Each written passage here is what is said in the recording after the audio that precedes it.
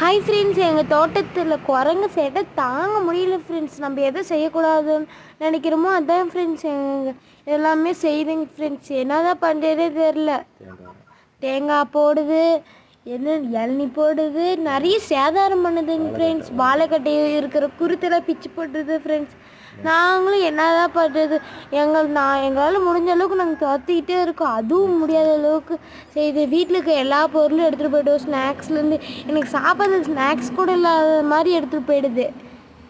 ஆனால் அதுக்கு மட்டும் இது வேணால் நல்லா தெரியுது, இதுங்க மட்டும் நல்லா சாப்பிடுதுன்னுட்டு நல்லா தெரியுதுங்க ஃப்ரெண்ட். என் தம்பி துரத்தி டயர்டே ஆயிரும். பொழுதுனிக்கு துரத்துறோம், சாப்பாடு போடுறோம். சாப்பாடு எதுக்கு சாப்பிட்றான்னு கூட தெரியல, அவ்வளோது குறைஞ்சி போயிடுது.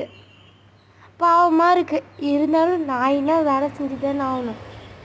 என் தம்பி யாரும் நீங்கள் நினச்சிடுவீங்க, அது வேறு யாரும் இல்லை, எங்கள் மேக்ஸ், எங்கள் வீட்டில் ஒருத்தவன். மறக்காத என் மேக்ஸை பார்த்துட்டு போங்க. இப்போ வருவான் பாருங்க, சும்மா அழகாக இருந்தால் லைக் போடுங்க, கமெண்ட் பண்ணுங்கள். ஆனால் சொல்கிற வேலையை சும்மா கரெக்டாக செய்வாங்க ஃப்ரெண்ட்ஸ். இவர் தான் ஃப்ரெண்ட்ஸ் எங்கள் வீட்டு மேக்ஸ் பையன். சரியான சேட்டை பிடிச்சவங்க. பார் மேக்ஸ் கூப்பிட்றாங்க. இவனால தான் எங்கள் வீட்டு சாப்பாடுலாம் கிடைக்கிது பாருங்க.